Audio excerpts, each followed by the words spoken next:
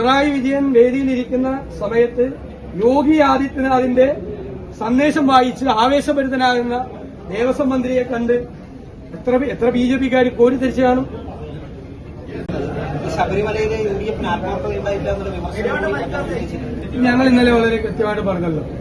ഞാൻ പിന്നെ വീണ്ടും എല്ലാ ദിവസവും ആവർത്തിക്കണെന്തിനും NSSനടക്കമുള്ള സമുദായ സംഘടനകൾക്ക് അവർക്ക് എന്ത് തീരുമാനം വേണമെങ്കിലും എടുക്കാം. അവരുടെ സ്വാതന്ത്ര്യമാണ്. ഞങ്ങൾക്ക് അതിൽ യാതൊരു പരാതിയും.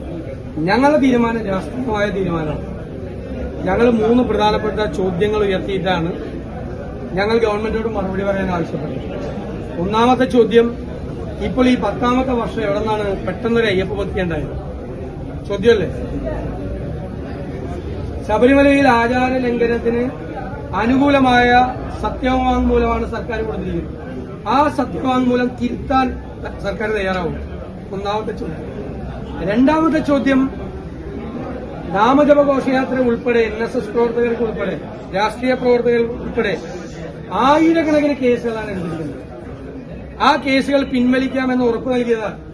ഒറ്റ കേസും പിൻവലിച്ചിട്ടില്ല. ആ കേസുകൾ പിൻവലിച്ച് ആത്മാർത്ഥത തെളിയിക്കാമോ സർക്കാർ? അയ്യപ്പ സംഗമത്തിന് മുമ്പ് ആ കേസുകൾ പിൻവലിക്കണ്ടേ? ചെയ്തില്ല. പിന്നെ 10ാമത്തെ വർഷമാണ് മാസ്റ്റർ പ്ലാൻ. 9 വർഷം ചെറുവിരൽ അനക്കിയില്ല ശബരിമലയുടെ വികസനത്തിന് വേണ്ടി.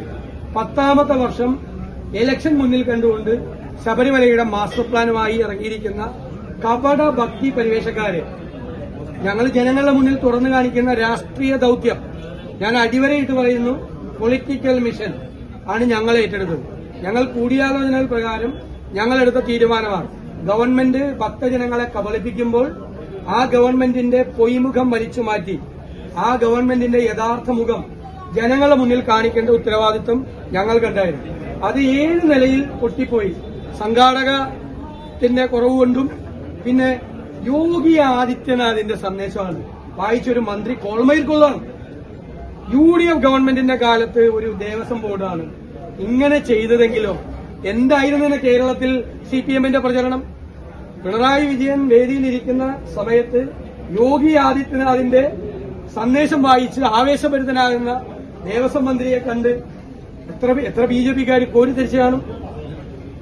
പിന്നെ വിദ്വേഷം പ്രസംഗം നടത്തിക്കൊണ്ടിരിക്കുന്ന ആളുകളെ ആനയിച്ച് ആ വേദിയിലേക്ക് കൊണ്ടുവന്നു.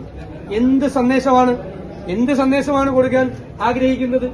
കേരളത്തിൽ BJPക്കും വർഗീയ ശക്തികൾക്കും ഇടം നൽകിക്കൊണ്ടുള്ള ഒരു ഇടപെടലാണ് CPM ഇപ്പോൾ നടത്തുന്നത്.